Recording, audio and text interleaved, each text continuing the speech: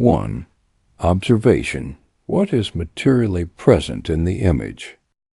The setting: a brick building with two wide garage doors. Above them runs a clear Polish inscription, Garage Pogotowia, Garage of the Emergency Service. In the same band, a prominent date appears, 1928. Nearby, there is also text in Hebrew script, very likely Yiddish written in Hebrew letters, given the public, practical context, though the precise wording cannot be transcribed with certainty at this resolution. The subjects: 5 men sit in a row, facing the camera, posed with a certain ceremonial symmetry. Their clothing is heavy and utilitarian: coats, caps, appropriate for cold weather and outdoor work rather than clinical interiors. The vehicles: 2 large service vehicles flank the group. They are not passenger cars. They have the proportions of heavy-duty commercial trucks with specialized bodies. Their silhouettes: tall stance, large wheels, robust fenders, upright front ends, fit the late 1920s/early 1930s ecosystem of municipal and institutional fleets. The decisive textual clue: on the side panels of at least one vehicle, a line of text is readable with high confidence. Powiatowa Kasa Chorych, District Sickness Fund. Additional lines are present, including a line that begins with Stacja, and a place name fragment consistent with Białystok appears, but these are less legible than the institutional header. 2. Reading. What these signs mean in their historical language. Pogotowia, in interwar Poland, was broader than today's ambulance. The word signified a system of permanent readiness, people on duty, vehicles prepared, dispatch capacity, and an institutional mandate to intervene quickly. It could cover emergency medical response, sanitary transport, and sometimes other forms of urgent assistance. But here, the key is the institutional owner. Powiatowa Kasa Chorych anchors the photograph inside the healthcare/insurance sphere. Interwar Kasy Chorych, sickness funds, were part of the modernizing infrastructure of social insurance and organized healthcare. They did not merely reimburse doctors.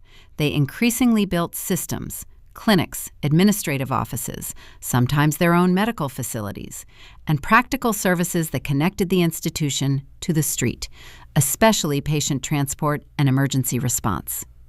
The Hebrew script line indicates public bilingual address. On a garage facade or service vehicle, Hebrew script is not aesthetic, it is functional.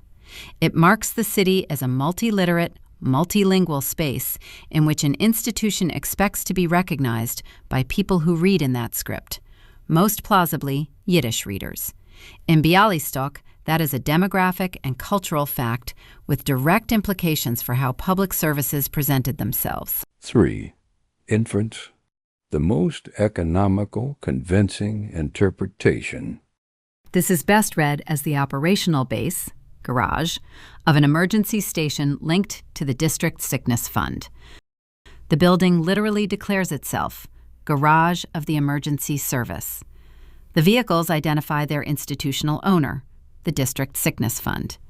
Together, they point toward an organized system of medical readiness, most likely a mix of urgent response and sanitary transport, what many interwar systems would treat as one operational continuum. The men are likely the operational crew rather than the clinical elite. Their clothing does not suggest physicians in white coats, but the logic of emergency systems rarely depends on doctors alone. These could be drivers, orderlies, dispatch staff, mechanics, or a mixed crew.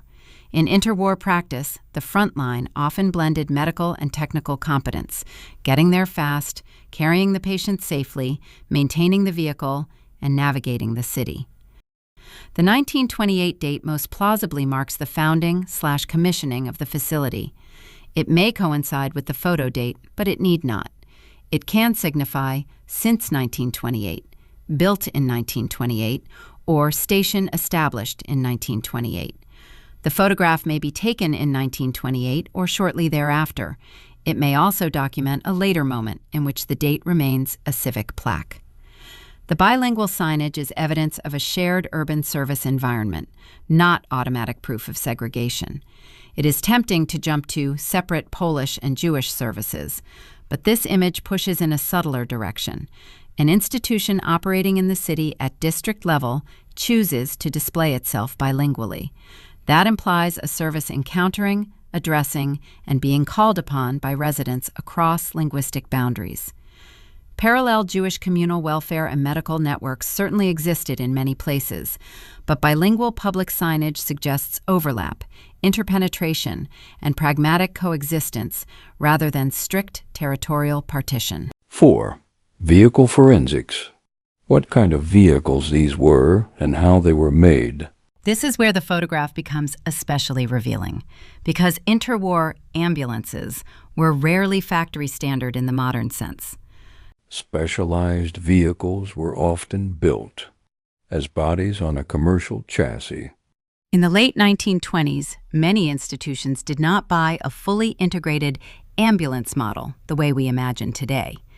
They commonly bought a truck chassis, frame, engine, wheels, front end, and then commissioned a coach-built body, a custom rear compartment suited to stretchers, equipment, or patient seating. This was standard across Europe. Local coach builders and workshops produced bespoke bodies for police, post, fire, municipal services, and medical transport. The result can look official and standardized, yet it is essentially a conversion. What the shape suggests here. The bodies appear tall and boxy, optimized for interior volume. That is consistent with patient transport, space for stretcher plus attendant, equipment transport, medical or sanitary, or hybrid emergency service use. This does not prove ambulance as opposed to sanitary transport, but it strongly supports special purpose service vehicles, not generic vans. Likely brands in Poland around that time, as probabilities, not identifications. Without a crisp emblem shot, any brand claim must remain probabilistic. But we can reasonably say what kinds of chassis were commonly found in Polish institutional fleets around the late 1920s/early 1930s. Ford commercial chassis, Model TT/Model AA, and similar, were widely used across Europe and are common candidates for coach-built service bodies. Chevrolet and other American makes also circulated in municipal and institutional use, partly due to availability and robustness.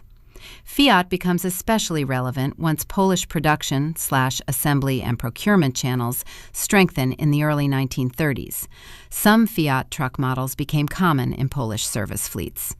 This photograph looks consistent with that ecosystem. Robust, mass-produced commercial underpinnings plus local specialized body. 5. Funding and ownership. Whose vehicles were these? A district sickness fund was not a private hobby project.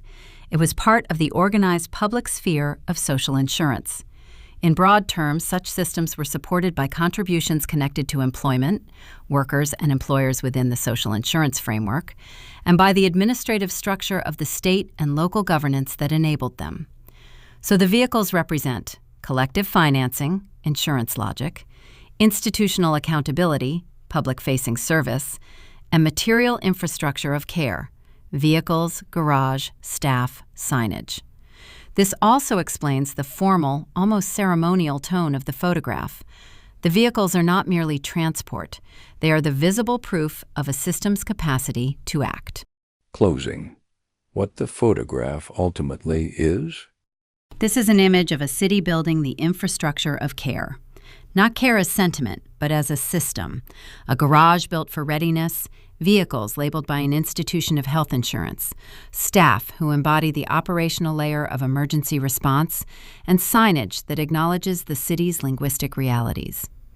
Białystok appears here not as an abstract Jewish city or Polish city, but as a shared urban organism whose modern services must be readable, literally, in more than one script. If this small fragment of the past spoke to you, please like the video and subscribe to the channel.